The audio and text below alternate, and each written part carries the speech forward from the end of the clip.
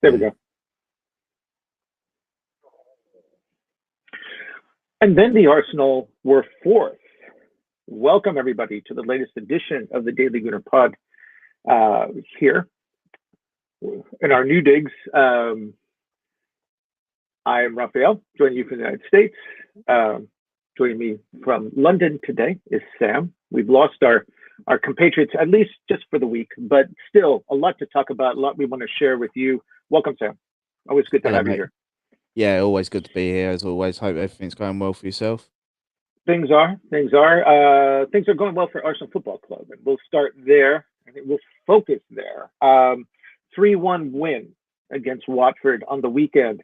Finally, after chasing top four, missing on top four, figuring in our minds they're top four if they get the points that they have in hand. They still haven't played the games in hand, and they've just made it on their own. They still have those 3 matches in hand for matches that were postponed. Critical, but not perfect, but from an attacking perspective, a lot of good meat to chew on. Let's start with the fact, 3 goals. Again, this is a club that has struggled to get to, they've scored 1. They've won a lot of 1-0, 2-1 matches. A lot more free-flowing play from their attack. Let's start with that. Yeah, indeed. And ultimately, that's what Arsenal fans want. And I'm going to go back to the start and possibly even the start of last season of Mikel Arteta's team. I'll see a lot of people are complaining about we're not playing free flowing football. We're boring. We play too defensive. We're not doing much in attack. But now with these young players that we've got in, Erdegaard in, and him being settled, it is paying dividends for us at the moment, because every single one of these young players is taking their responsibility on the pitch. And that is something that we as fans love to see. And we spoke last week about the right hand side having a telepathy on that right hand side, and now we're looking at Martinelli. He's coming up big, so it's beautiful for us as fans to see. And although it was 3-2 in the end, we did make a bit of hard work of the game, but ultimately goals win your games, and that's what prevailed for us as well. And let's focus on that. Again, it wasn't just the 3 goals, it was the nature of the goals. Both wingers. Saka scored 1, as you said, Martinelli scored 1, and then Odegaard, who's always been around the box and is never hesitant to go forward and never hesitant to take a shot, just doesn't seem to have had a lot of enough support. Certainly got some. Let's start with that first goal. Wonderful. Again, we talked about telepathic. We talked last week extensively about the work on the right side, because as we know, Odegaard likes to drift to that side and kind of set up outside the box on the right half of the pitch. And then he works with Saka, and he works with Cedric. And again, he got a feed from Cedric just to kind of blind redirection to send Saka in off the touchline. Give and go between those two. Odegaard tips it. Odegaard takes off. Odegaard gets the ball back. One touch, sees his space, rolls it into the left corner of the goal. Just again, there's no hesitation. These guys know where they're going to be. They know, they anticipate, and they connect. It's a beautiful thing to see.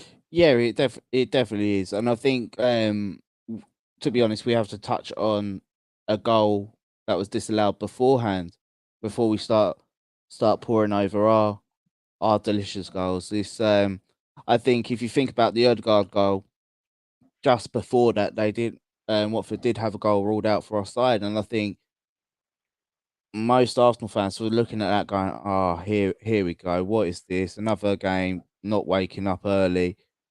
But lucky enough, it was offside, and we woke up from that point, and from there we really pushed on. And as you say, with that goal with Martin Odegaard, it was an absolutely delicious finish with a nice little placement curl round the defender, giving Ben Foster no hope in terms of getting that ball and making the save. So for me, it's good to see him chipping in with goals, because we all say, "Oh, he's going to be a monster. Playing brilliantly," and you know what makes people sit up and take notice is goals and assists, and he's coming into his own now with that in this game. So I firmly believe if he continues in this, which is going to be important, come the end of the season, because ultimately I think Lacazette's only got what 3 goals in the Prem, 2-3 goals in the Prem. Right. So Well, one since Boxing Day, as we said, that kind of miracle goal, the previous match that won in injury time. So yeah, they're so going to need to rely more on those three, as you said. so the midfield is going to be crucial for chipping in and really helping us get over the line in terms of top 4. But again, they all stepped forward, and Lacazette seemed to, in this match anyway, really find a purpose. He's struggling to score, but he factored mightily in the next two, playing with his back to goal, providing for Saka. Saka's second, impressive individual effort, stole the ball, fed Lacazette, got a back heel, one touch, upper right corner, just no hesitation. This, we talked about this, I remember early in the season, where Saka was really starting every match, getting free, getting open, getting behind, either on a long pass, or just on the dribble, inside or outside. He seemed to really have a command, but we said, what's missing? And I think we all agreed, the finishing, and that we all agreed also it's going to come. And that goal was so confident. I mean, that's a scorer's goal. That's not something we've really seen from him. He's kind of been guiding the ball, but that one was just punched, perfect, decisive. It had pace on it, and there was no question it was top corner, and it was beautiful. Oh yeah, that goal was ridiculous, because if you look at the way that Ben Foster anticipated that shot, he thought he was going into the far corner, but Right. Saka has the composure to look at Ben Foster already going a split second beforehand, and this is no mean feat by all means, and he's just absolutely whipped it into the other side. So it's made Ben Foster look silly for diving too early into a corner which the ball hasn't even gone. But I think with that as well, it's the tenacity with him to win that ball on the blind side of the defender. And what I'm seeing from these younger guys now, I won't refer to them as kids because they're young men coming into their own in the English game, and it's the hunger. The ball breaks down. It's the hunger to win that and box the opposition in and pinch that up high, and that is something we've been looking for ages, because even when you had Lacazette or Aubameyang up top, you don't see that type of press. And now that the majority of the old guard, so to speak, has gone, you're seeing a young, hungry team, the youngest team in the Premier League actually, looking for that press, looking to win that ball, and it's lovely to see. Even if they come up with a bit of adversity, there's that hunger and desire to go, you know what, I'm not having this. I'm going to do something to make this change. And yeah, for me, I could gush about this all day long, but yeah, it's so good to see after many years of lackluster players walking around.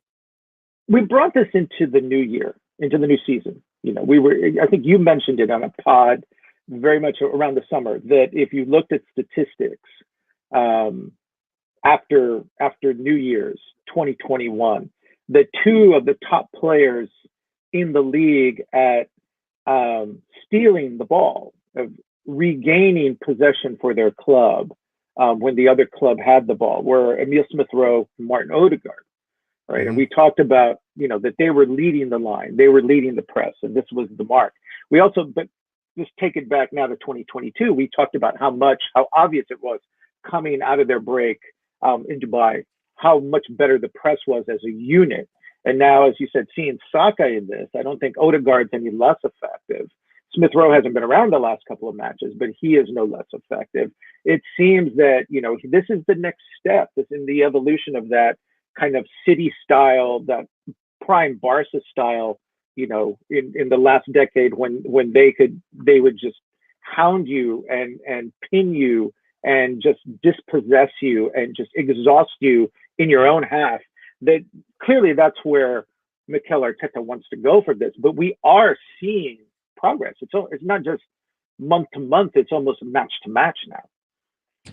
Yeah, absolutely. And I will mention around the press, it looks like it is more of a three-man press. So one goes, another goes, and then the third man will either track any runners that are going through or block the passing lane in terms of an aggressive run. So ultimately, the teams get boxed in, and the only option that they really have is either go back to the goalkeeper, and if they're already on top of the goalkeeper, that's never a good place to be, or sideways, and you've always got that extra man running at the anticipated pass. So in that aspect, you're looking from a defensive point of view from the opposition, you're thinking, oh, where's my next pass? Because the passing lane's already cut off by Arsenal's midfield. You're then looking at, okay, I'll go sideways. You see a man running to that other player. You look sideways again. You've got that's been blocked off. So either you go backwards, and then you've got potentially three people bearing down onto the goalkeeper.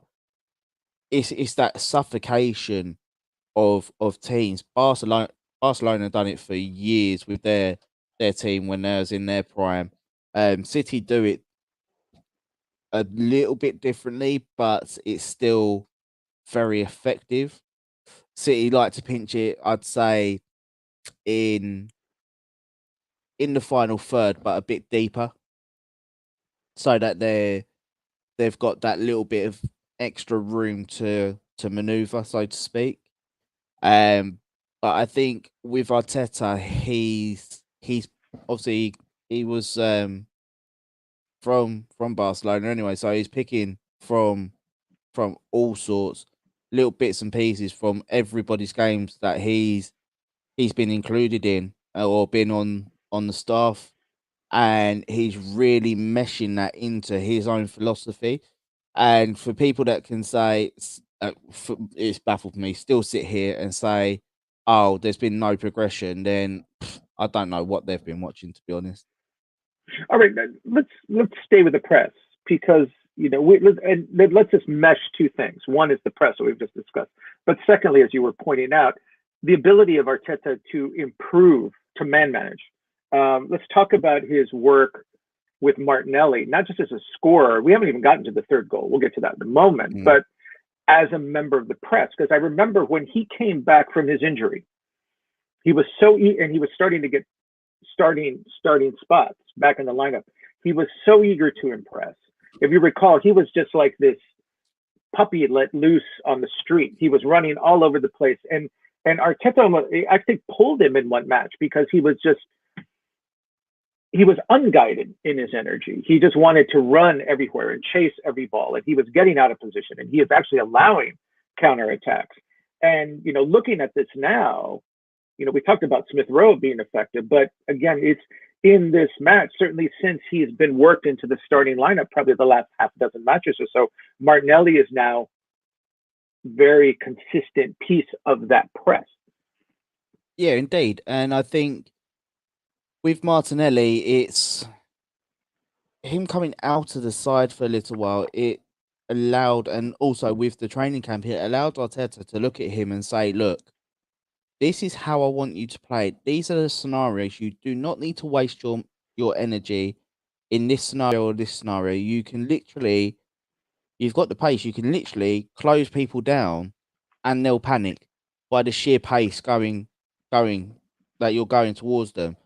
And it's one of them ones where he also needed that little bit of refining around his touch, his decision making, his shooting has always been top notch, I think, anyways. But he's picking up more positions now. Instead of hugging the touchline, he's come in a little bit. That allows Kieran Tierney to go down the outside, and he's operating in pockets now instead of hugging the line, and it's allowing him to pick up a position to attack either the centre back or drive in between the centre back and the left back. And for me, that's more effective than going left back, because then you'll always have centre back coming in to cover, and then you have to beat another player. If you're playing in the pocket and you drive between the two, you're effectively taking two players out, and either one of them is going to make a foul, or you're going to go through, and you're then in the phase of, am I going to shoot? Am I laying this across, or am I picking out one of my teammates, depending on whereabouts in the box that he is. So for me, Arteta and his man management with Martinelli has been top notch. I know a lot of people are crying for him to be up top, but as many people have heard on this pod from myself or even on Twitter, for me, I think that he needs to still refine himself and really impose himself in that left inside forward position before transitioning over. But I know there'll be some games where he will play up top, because ultimately that's all a part of his learning. But it then begs the question of, how do you then fit Smith Rowe, Martinelli, Erdegaard, and Saka all into the same team? And that would be the solution to that. Or for me, if you go to a 4-2-2-2 and have, like I said, Martinelli as the two strikers and Smith Rowe and Erdegaard as the two tens, so to speak. But yeah, as I say, it's good for us because we've got two players that will drive and constantly make each other better in that left forward with Smith Rowe and Martinelli, as well as giving Arteta different options in different games, because ultimately we know that we're going to need that going forward in certain games. So ultimately, it's a good dilemma to have. And you bring up 2 points. I mean, let's start with the negative one first. We don't want to harp on it, but it wasn't a perfect performance.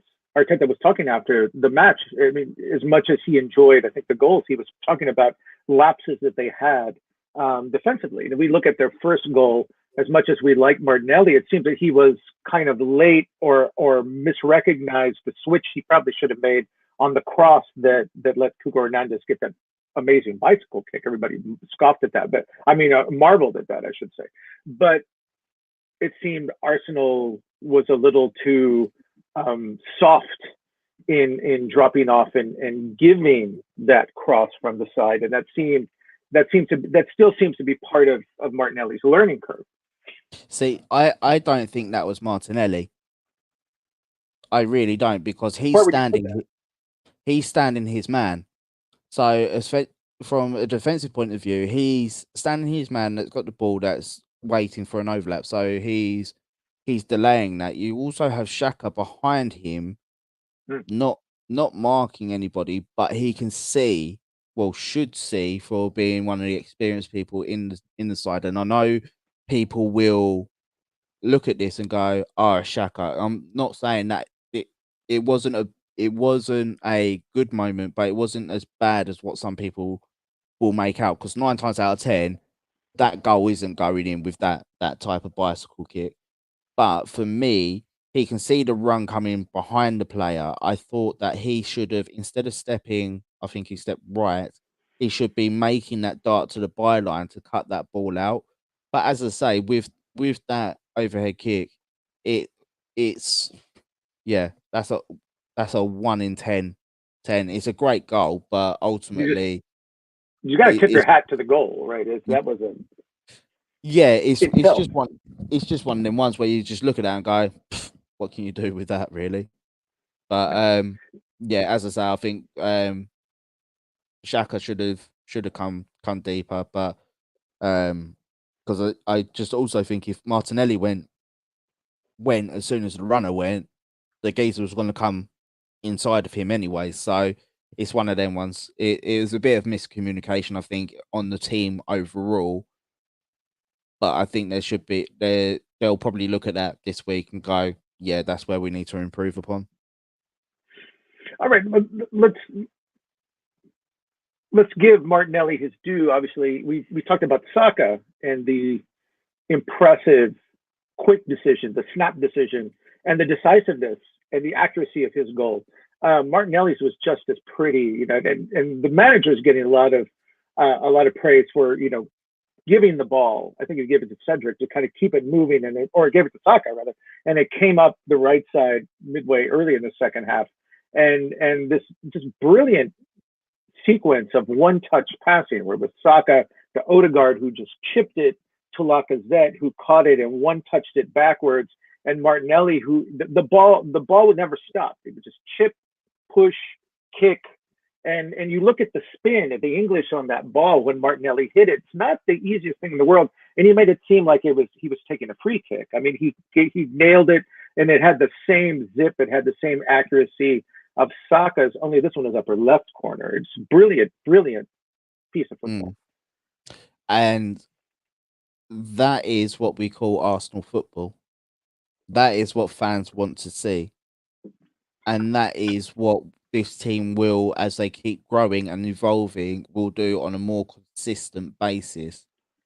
Consistency in this game was up and down, but overall, over our last form, we're the most form team in the top 5 in Europe, I believe.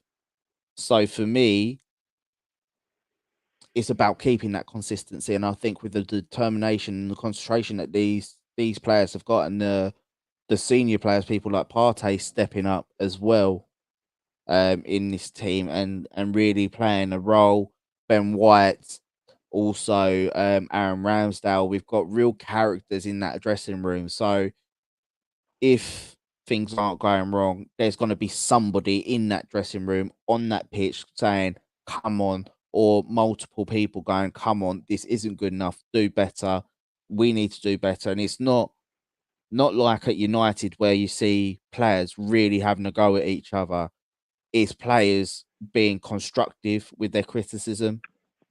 And for me, we've got a team that's eager to learn, eager to do, and eager to improve. And that's going to be quite scary in next two, maybe 3 years. But I see online somebody said something that piqued my interest. Arsenal are not buying to dominate now. They're buying to dominate the future and developing to dominate the future. And if you look at the players that we've also got coming through our under 23s, the Azizes, the Hutchinsons, the Salahs, the talent in that under 23 is ridiculous as well. So I think realistically, Arsenal are on a very, very good path. And it's just with our Arteta and Edu, there's some very good talent identification in that. And I'll add to that as well with Per Mertesacker. He's always looking to improve that youth academy and looking at what academy graduates are doing well in the Premier League too, and also who's coming up on a free, or who's getting released. Are they getting released unfairly? Have they not been coached properly, etc., etc.? So overall, Arsenal Football Club is getting in a lot better situation than we have been in. I'd probably say in the last 10 years, to be honest. All right, and that statement raises a lot of points that we can address. Let me start with this one. It's a tactical one, because it's going to get us into the summer. There was an article, I think it was in Football London yesterday. It's been reposted, reprinted, talking to the club, talking to the manager, and the outlines of their summer are starting to emerge. And it's nothing earth-shattering. It's nothing surprising. Let's put it this way. Obviously, four positions of need are laid out: a backup right back, even though Cedric is playing well. Given that he is playing well, he probably is going to want starting football. Is probably not going to want to relinquish his role when Tomiyasu comes back. Obviously, they need another midfielder. It seems that they're looking at Lokonga as the heir or as the rotational development player behind Partey, but they're looking for somebody on Xhaka's side. And that gets me thinking, and I wanted to raise this with you in our chat. We didn't have a chance, we're all so giddy of the win, but I want to bring it up here. When we see Arsenal in that attack and we talk about them, they have a right-hand triad where they have the right back, they have Saka, and they have Odegaard, who kind of sets it, even though he's the central, he's the 10. He likes to play on that side. And we look at the left side, Jacques has been playing a lot more forward.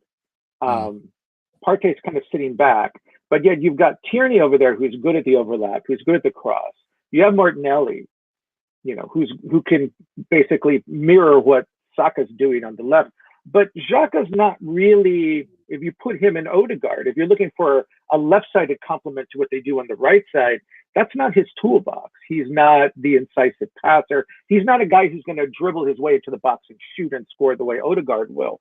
If they're looking for another midfielder, is it somebody who's kind of maybe the Odegaard complement or somewhere in between those two players?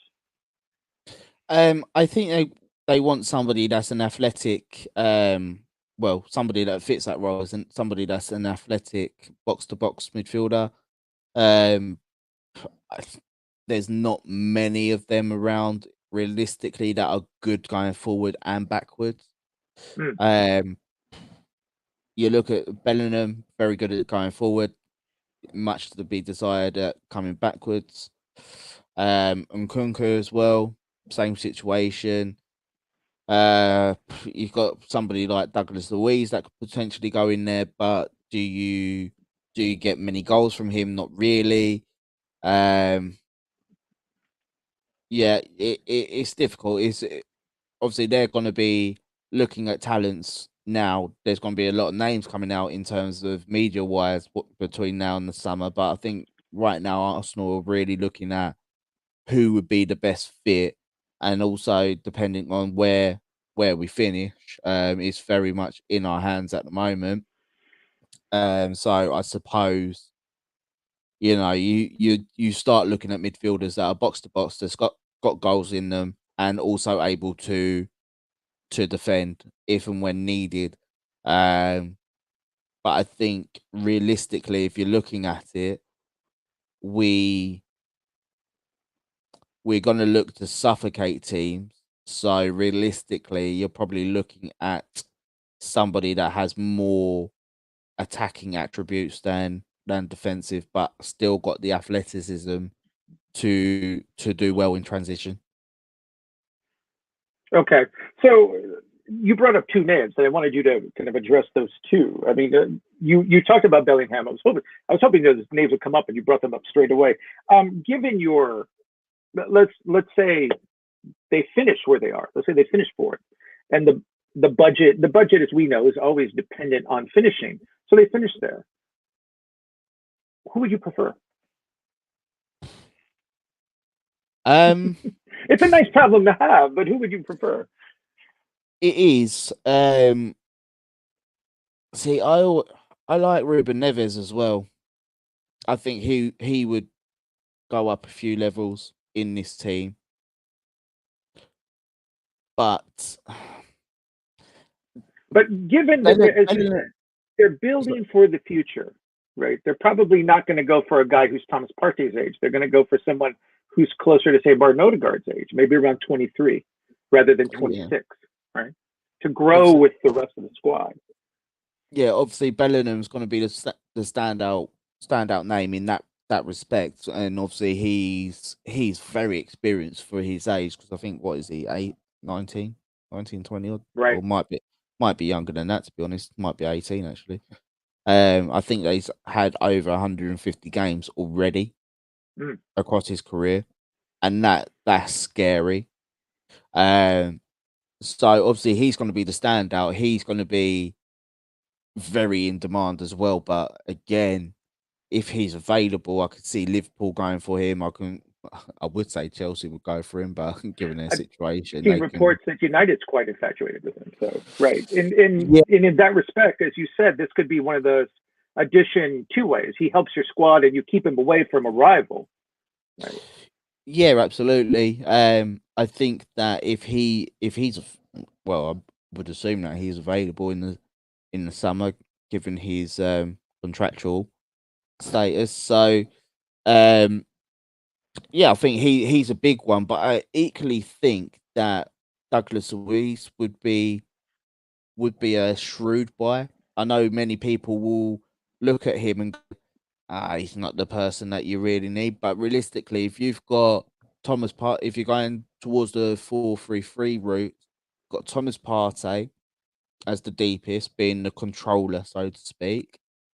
You've got, say, you put Douglas Luiz in on the left. He's the box to box that hangs around on the edge of the box to snuff out and pinch the ball very quickly.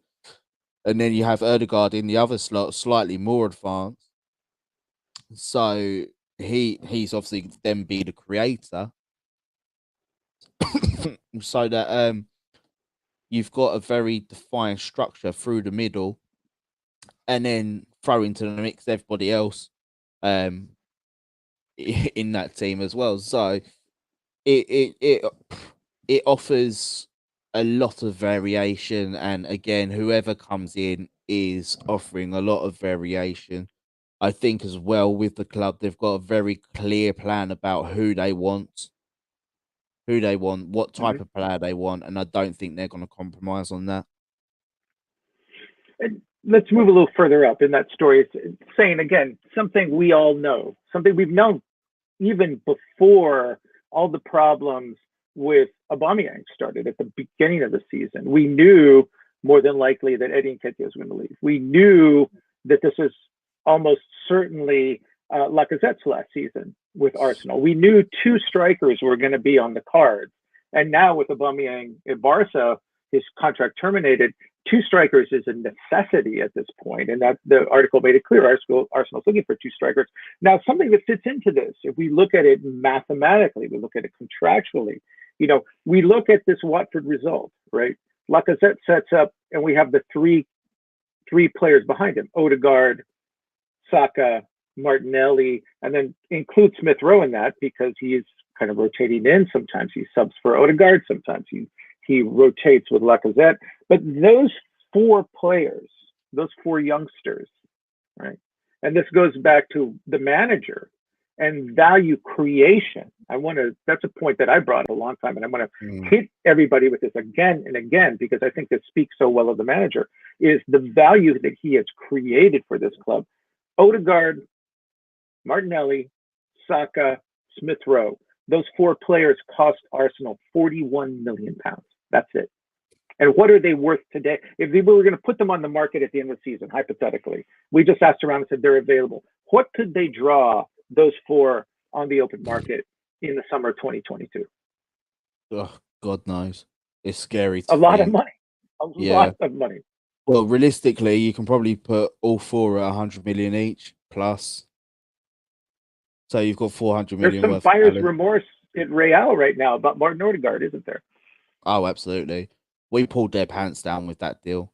Like, you just had to look at Erdegaard last season, even when he was playing with injury as well. He was still one of the better players in that side and probably in the league in that position as well.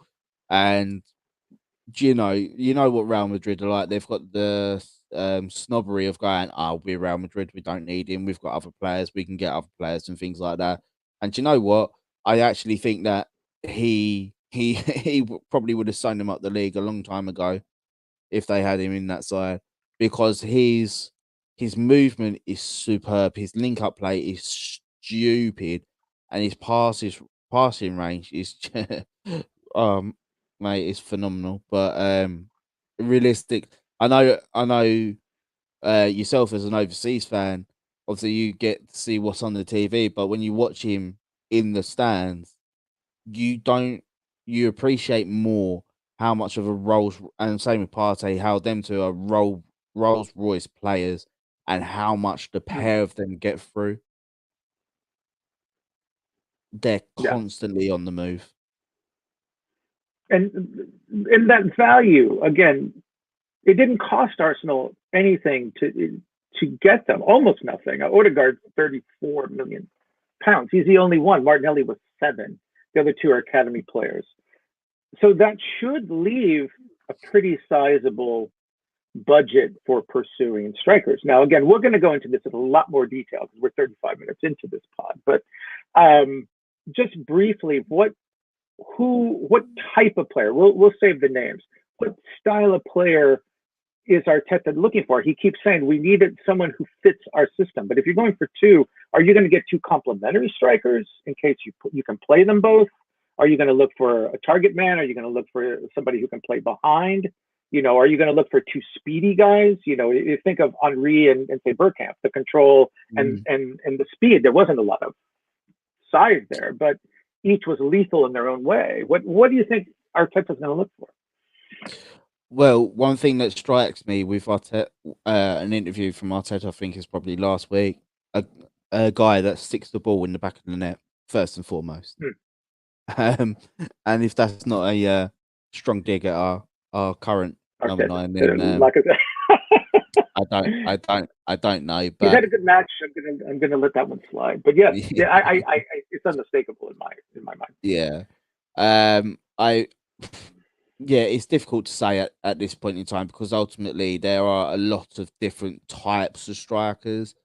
There's young up and coming strikers. So do you take on a project where a young up and coming striker in a lesser league would be suitable to grow with this side, or do you bring in somebody that's a target man that does what Lacazette does and brings everybody else in, but also has the ability to get into the box and be a focal point of this team? Do you get a combination of both? Do you get one young, one slightly more experienced? Because ultimately you're going to need different, and I've always been a big advocate for this, you're going to need different types of strikers for different types of games.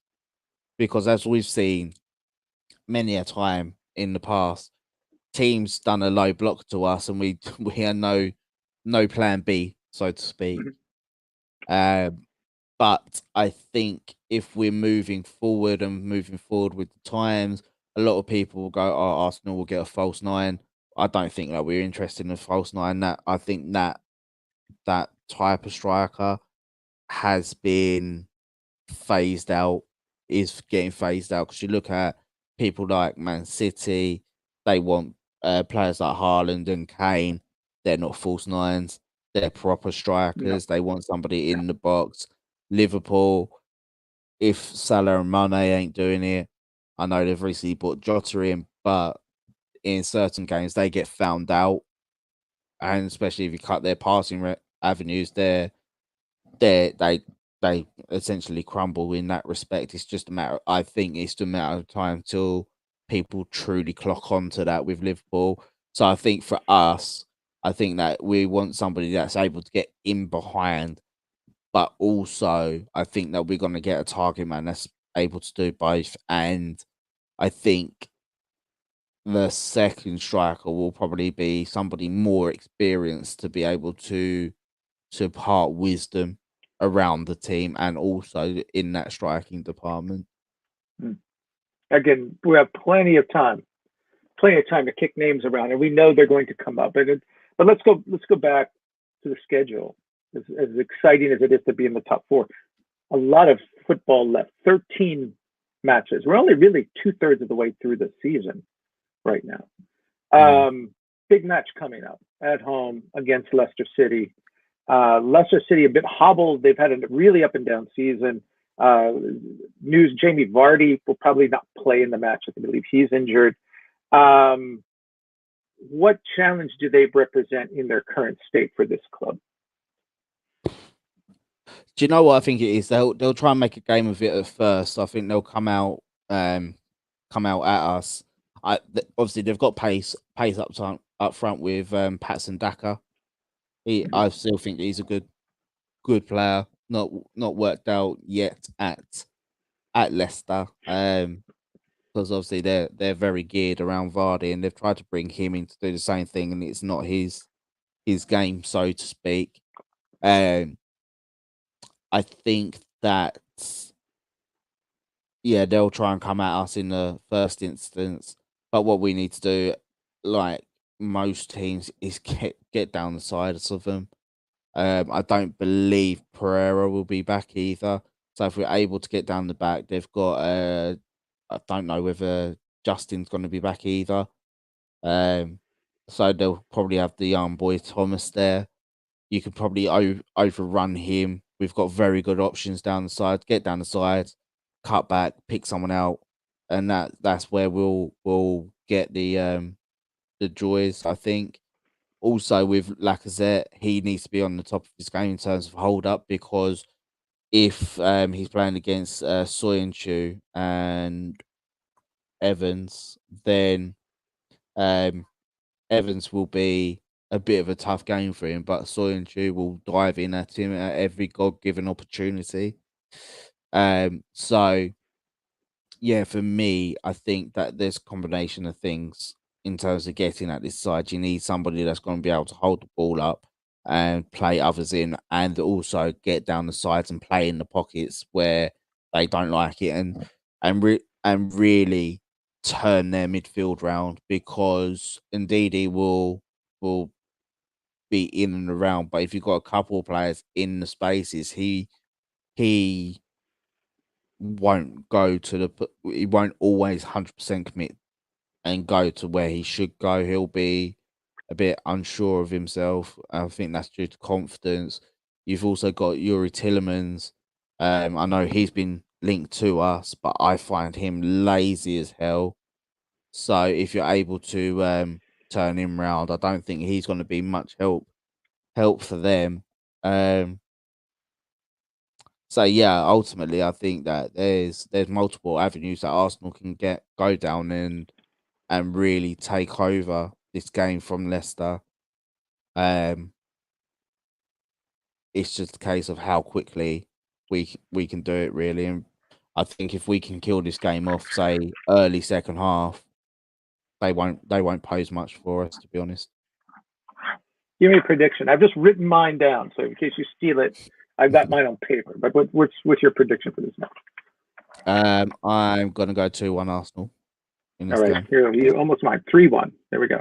I'm feeling a lot more bullish on this club. It just seemed, you've been talking about this. I'm going to remind you of something, and this other people talked about when they were coming back from their, I don't want to say it's their holiday, from their winter camp.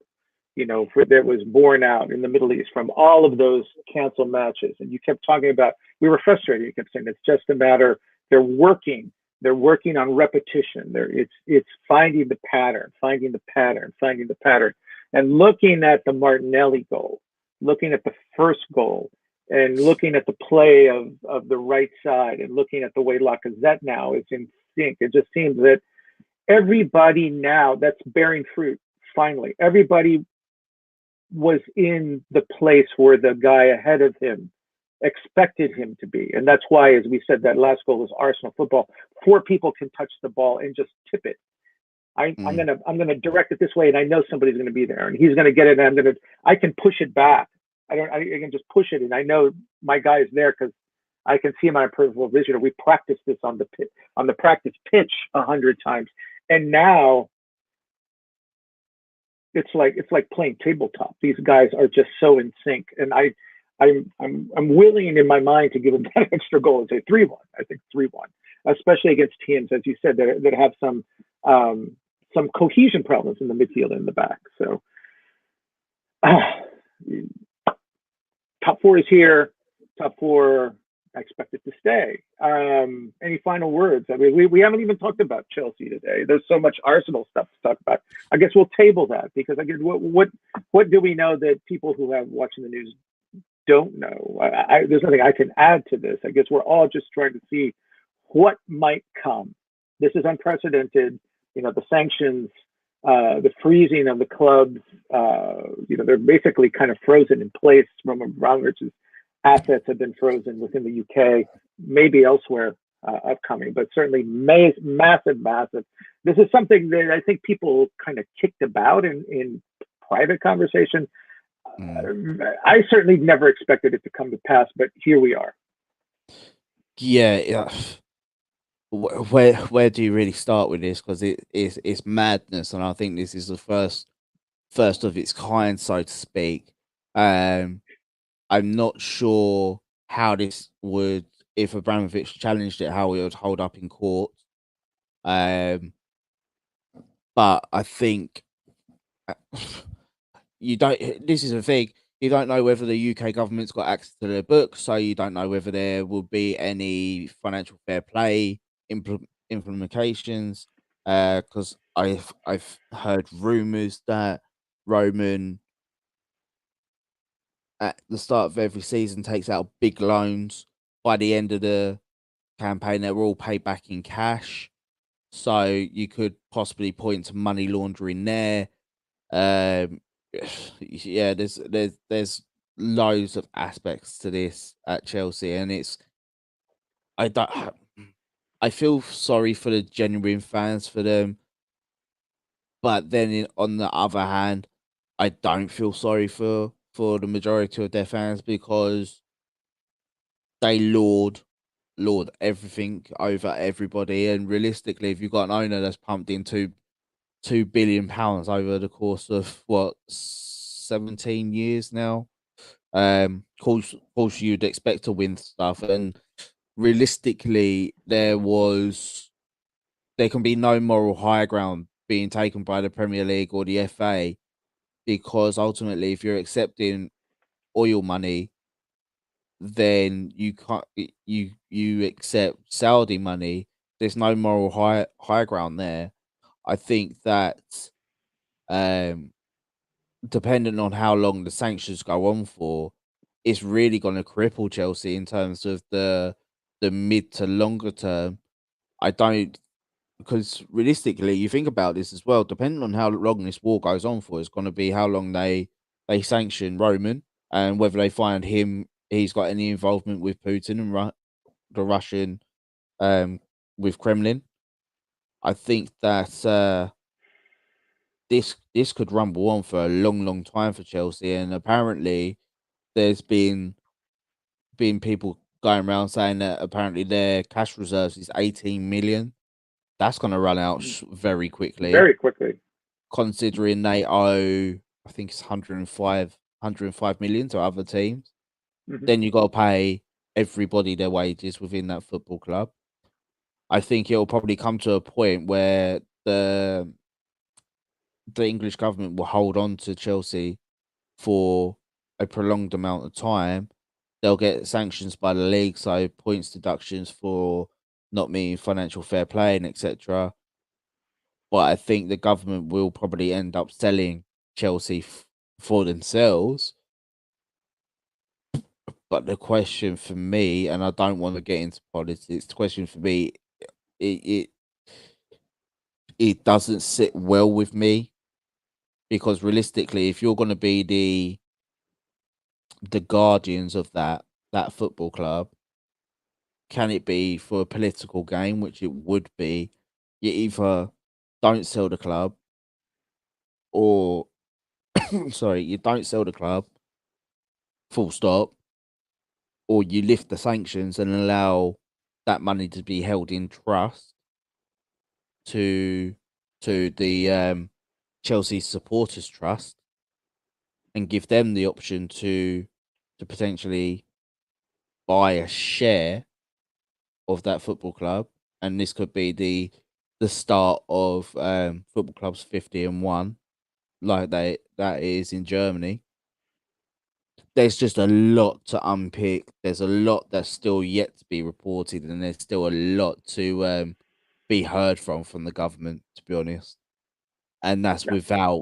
without any investor trying to get their hands on this club as well. Right. And we're just starting to learn the story. This, as you said, this is not even the first chapter. It might be the first sentence.